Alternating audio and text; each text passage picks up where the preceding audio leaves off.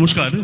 পরম পুরুষ ঠাকুর শ্রী শ্রী রামকৃষ্ণ পরমহংসদেবের চরণে শতকোটি প্রণাম জানিয়ে তথা ত্রিকালক বাবা লোকনাথ, মা দুর্গা ও মা রক্ষাকারীর চরণ বন্দনা করে উপস্থিত সুধী দর্শকবৃন্দ, গোধূলি লগ্নে সিঁদুর চুরি পালা রচনা বর্তমান যাত্রা জগতের সর্বাধিক জনপ্রিয় পালাকার মঞ্জিল ব্যানার্জি। নির্দেশনা বাচু রায়। পরিবেশনায় নিউ রাই অপেরা।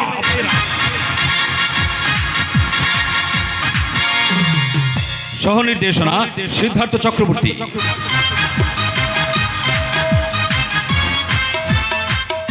মুখ্য উপদেষ্টা অপেশাদার যাত্রা জগতের অলরাউন্ডার ক্লাসিক্যাল অভিনেতা কৌশিক কুমার।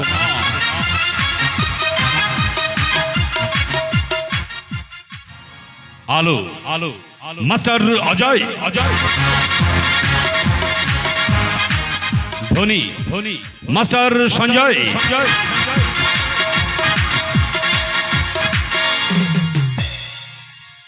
সুর ও মুখ্য যন্ত্রী মাস্টার পিন্টো।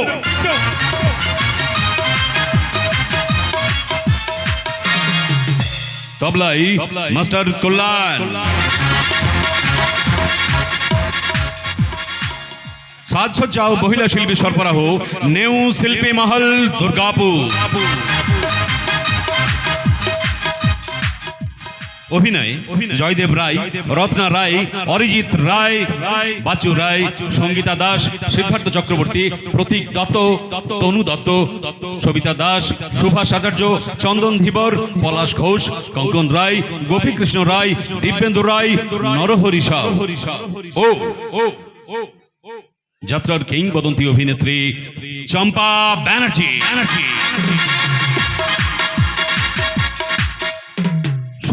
গোধূলি লগ্নে সিঁদুর চুরি।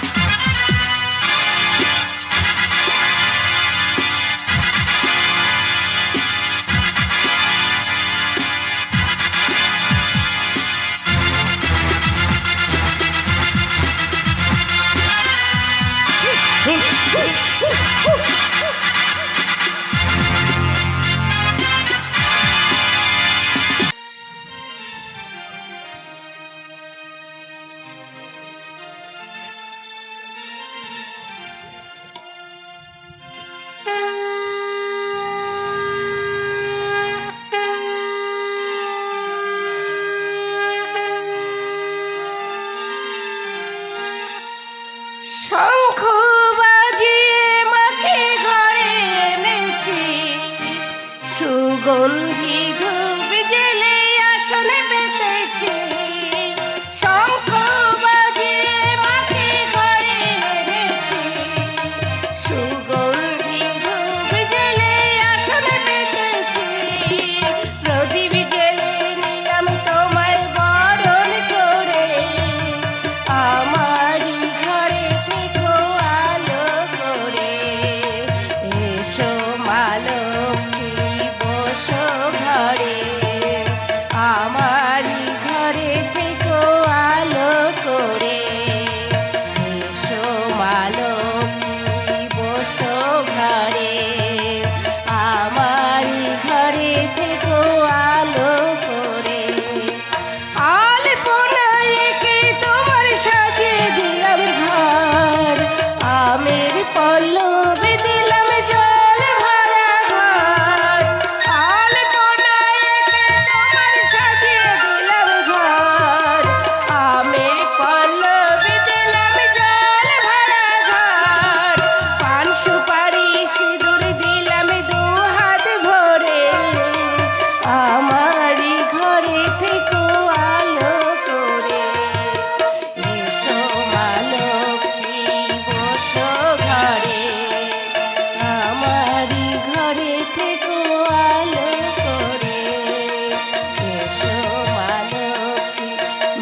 এসো ঘরে, আমারই ঘরে থেকো আলো করে।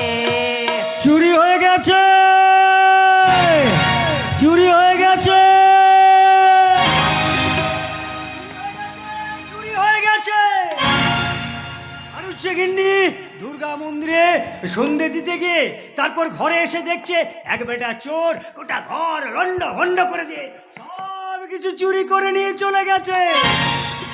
এই সঙ্গে ওই ঠাকুর ঘরে রাখা সোনার সিঁদুর কুটাটা পর্যন্ত বাদ দেয়নি। বলিস কি রে হরি, গজলি লগ্নে সিঁদুর চুরি? আরে অলক্ষণ, অলক্ষণ, ঘোর অলক্ষণ। অলক্ষণ বলে অলক্ষণ, ওই বাড়ুচ্ছে গিন্নি শুধু কপালে চাপড়াচ্ছে আর কেঁদেই চলেছে। তা হ্যাঁ রে, রাতও তো তেমন কিছু হয়নি, আশেপাশে তো লোকজন ছিল, সবাই মিলে চোরটাকে ধরতে পারলো না? আরে বাবা, দেখতে পেলে তো ধরবে। কেউ আসার আগে ওই চোর বেটা একেবারে পোকার পায়। তুই যাই বলিস বাপু, এর আগে কিন্তু কখন ঋষিগঞ্জে চুরি ডাকাতি কোনো কালেই হয়নি। কলিকা কলিকা গিন্নিমা, ওই বিজ্ঞানের আলোয় মানুষগুলো আলোকিত হলে কি হবে? বিজ্ঞান কিন্তু যুগটাকেই পাল্টে দিয়েছে। আর হবেই না কেন? এই যে যুগে বাতাসা ক্যাডবেরিজ দিয়ে ঠাকুর পুজো হয়, আর ওই সন্ধ্যা আরতির সময় এখন আর ঢাক ঢোল বাজে না, ওই বৈদ্যুতিক যন্ত্রে ঢাক ঢোল বাজে। আরে সে যুগে চুরি ডাকাতি হবে না তো কি? ওই ঠাকুর রামকৃষ্ণদেব ওই মাতৃজ্ঞানে মা শারদাকে পুজো করবে। যা বলেছিস। ও হরিদা আছো দেখছি। শুনেছো মা, শুনেছো? সাংঘাতিক কাণ্ড ঘটে গেছে ওই নন্দদের বাড়িতে। চোর পড়েছে, এ তো বাসি খবর রে। ও আচ্ছা আচ্ছা। খবরটা আমরা আগেই পেয়েছি, কিন্তু তোর ব্যাপার কি বলতো প্রত্যুষ? তোর কলেজ থেকে ফিরতে এত দেরি হলো কেন? না মা, আসলে ওটা আমার ট্রেন লেট ছিল মা। হ্যাঁ, আজকাল দেখছি প্রায় তোর ট্রেন লেট থাকছে, যত দিন যাচ্ছে তত তুই দেরি করে বাড়ি ফিরছিস। আর সকালে তোর জামা কাপড় কাছ থেকে তোর প্যান্টের পকেটে একটা সিগারেট পেলাম। লেখাপড়া শিখে তোর উন্নতি হচ্ছে কিনা জানি না, তবে অবনতির আশটা কিন্তু আমি খুব ভালো করেই টের পাচ্ছি। না মা, আসলে ওটা মা ওটা থাক, কোনো অজুহাত শোনার ইচ্ছে আমার নেই। কথাটা যদি আমি তোর দিদিকে বলি তাহলে কিন্তু হয় মা, হয় তোমার দুটো পায়ে পড়ি মা, তুমি খবরটা দিদিকে বলো না প্লিজ। ওই একজনের কাছে না সবাই জব্দ, শুধু আমি ছাড়া। একই, তুমি মদ খেয়ে বাড়িতে এসেছো? হ্যাঁ খেয়েছি, মদ খেয়েছি, বেশ করেছি। নিজের পয়সায় খেয়েছি, তোমার ওই হারামজাদিটার পয়সায় খাইনি। ভদ্র ভাষায় কথা বলো। যাকে তুমি হারামজাদি বলছো সে কিন্তু তোমারই ঔরসজাত সন্তান, এ বাড়ির বড় মেয়ে সিঁদুর। মানি না, মানি না, ওর মুখ দেখতে আমার ঘেন্না হয়। না হয়? ঘেন্না হয়, ঘেন্না হয়, ঘেন্না হয়। অথচ প্রত্যুষ যখন আমার কোলে, তখন তোমার কারখানা বন্ধ হয়ে গেল। অমাবস্যার অন্ধকার নেমে এলে বাড়ির অন্দরমহলে। সিঁদুর তবে তখন সবে মাত্র মাধ্যমিক পরীক্ষা দিয়েছে, তখন থেকে এই সংসারে হাল ধরিয়েছে, তোমার মুখে অন্ন জুগিয়েছে, প্রত্যুষের লেখাপড়ার খরচ জুগিয়েছে। অথচ বাবা হয়ে তুমি বলছো কিনা ওর মুখ দেখতে ঘেন্না হয়? আব্বা, আজ দেখছি তোমার সৎ মেয়ের প্রতি দরদ একেবারে উতলে উঠছে। উঠছে, কারণ তোমার মতো অসৎ স্বামীর চেয়ে ওই সৎ মেয়ে আমার কাছে অনেক ভালো। শোনো শোনো, একদিন যা হয়েছে হয়েছে, ওগুলো সব ভুলে যাও। এখন থেকে এই সংসারের দায়িত্বটা আমার, আমি চালাবো, বুঝতে পেরেছো? কি দাদা বাবু, ওই লটারিতে টাকা পেয়েছো নাকি? না রে হারামজাদা, রোজগার করেছি, রোজগার। এই এই টাকাটা তুমি রাখো। টাকাগুলো তুমি কি কাজ করে রোজগার করেছো গো? কোথায় পেয়েছি না পেয়েছি তাই জেনে তোমার কোনো দরকার নেই। আমার রোজগারের পথটা আমি খুঁজে পেয়েছি।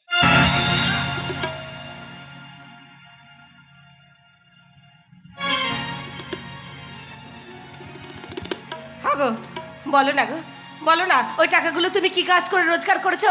তোমার হাতের এই টাকাগুলোর রং কালো নয় তো? টাকার আবার রং হয় নাকি? টাকা ইজ অলওয়েজ টাকা।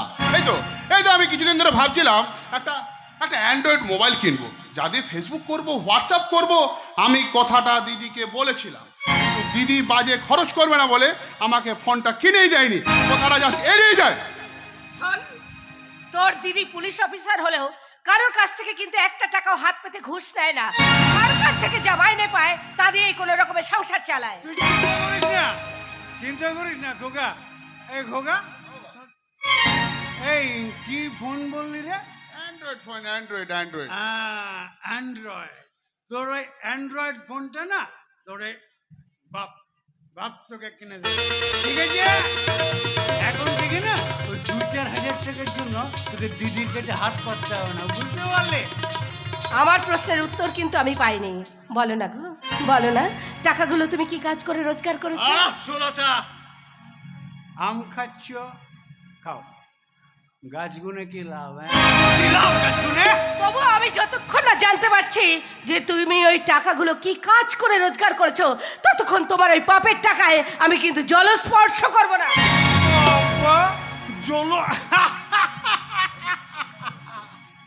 জলস্পর্শ বলে খুব তো বড় বড় কথা শুনছি। আর তো মাত্র কয়েকটা দিন, আর মাত্র কয়েকটা দিন পরে তোমার মেয়ের সিঁদুরে বিয়ে। অবশ্য বিয়েটা তুমি ঠিক করেছো। আর বিয়ে হয়ে গেলে তো রোজগারের টাকা শ্বশুর বাড়ি থেকে পাঠাবে না। তখন কি করবে?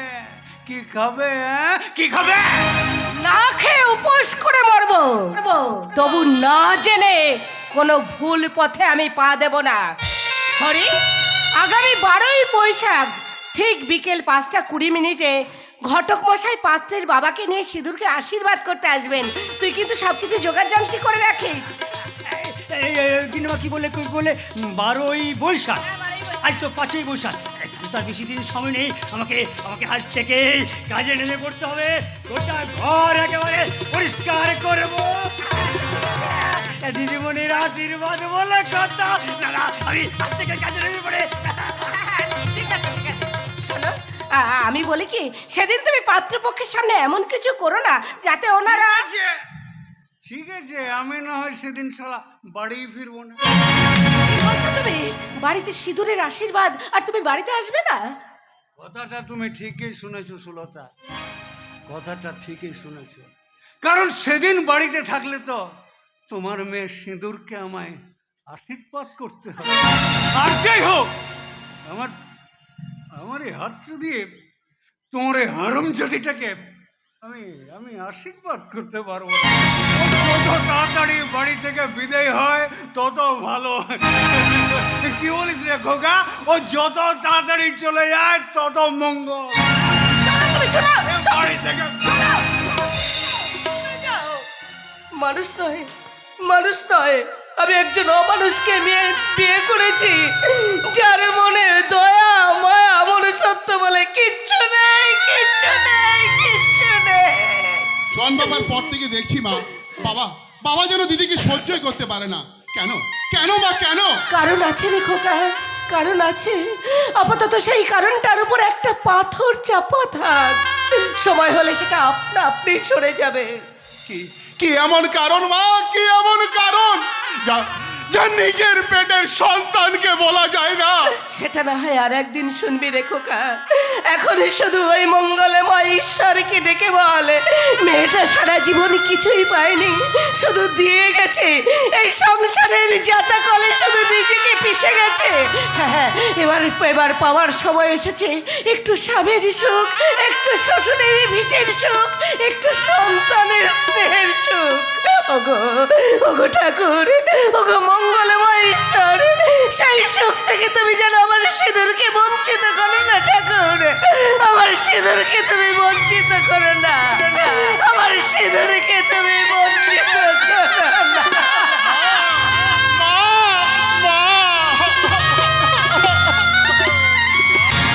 একটা লোক তার নিজের স্বার্থ চরিতার্থ করার জন্য, কিছু রাজনৈতিক লোক অরাজনৈতিক সুযোগ সুবিধা পাওয়ার জন্য সাধারণ মানুষকে তাদের ন্যায্য অধিকার থেকে বঞ্চিত করে। আপনি ঠিকই বলছেন স্যার।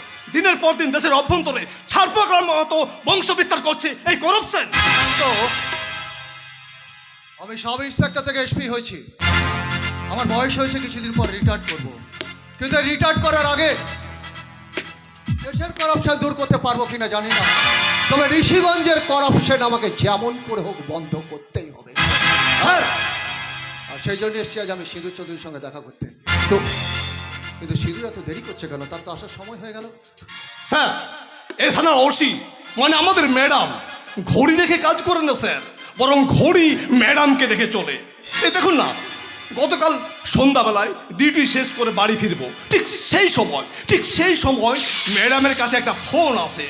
ওই গণেশের চোলায় থেকে নাকি বেআইনি মদ বিক্রি হচ্ছে। হ্যাঁ স্যার, আর এই খবরটা ম্যাডামের কানে যেতে ম্যাডাম সঙ্গে সঙ্গে গাড়ি নিয়ে সোজা একেবারে গণেশের সেই চোলাই মদের ঠেকে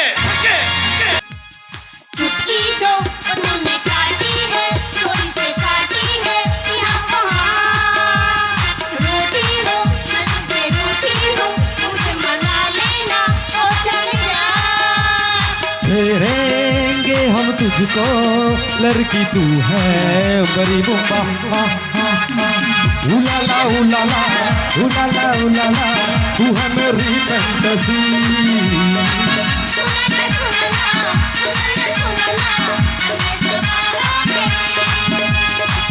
उलाला उलाला उलाला उलाला तू है मेरी फैंटेसी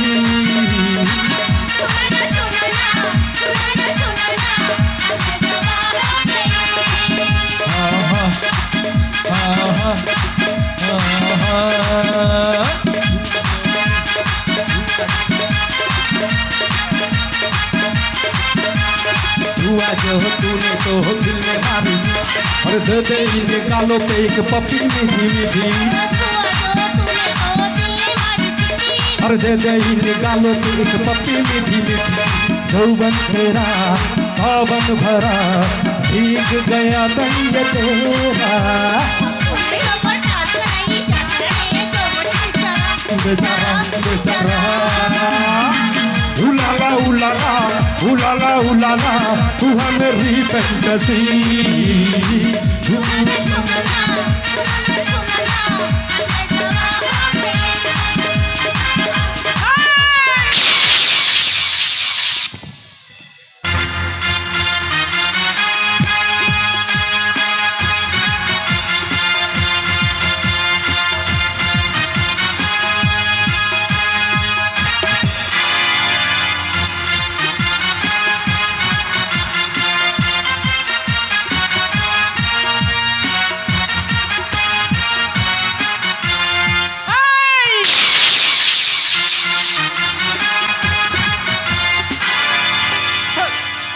আপনি একটু অপেক্ষা করুন, ম্যাডাম এখন এসে যাবেন। তা না হয় করছি, কিন্তু আমি কি ভাবছি জানো তো সুশান্ত? হ্যাঁ স্যার। দুদিন বাদে যার বিয়ে, তার উপরে এত বড় গুরু দায়িত্ব চাপিয়ে দেওয়া কি ঠিক হবে? আসলে কি জানো, হ্যাঁ স্যার। চাকরি ডিউটি দায়িত্ব সব কিছু তো আমরা সারা জীবন লেগেই থাকবে। তাই ভাবছিলাম আপাতত কদিন যদি মেয়েটাকে ছুটি দেওয়া যায়। না স্যার,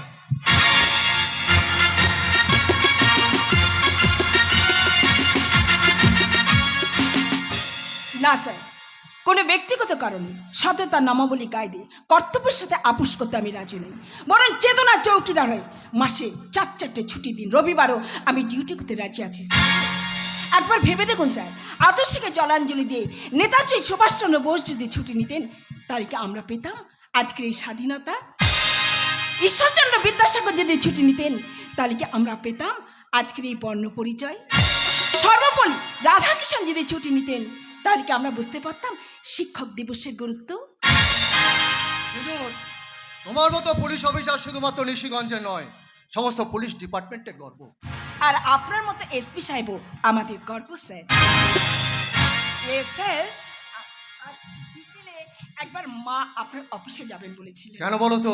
ওই আশীর্বাদের ব্যাপারে নেমন্তন্ন মানে বাকি সব একই হাতে সামলাতে হয় তো তাই। আচ্ছা আচ্ছা আচ্ছা, ঠিক আছে ঠিক আছে, নিশ্চয়ই আসবো নিশ্চয়ই আসবো, শুধু আসবোই না।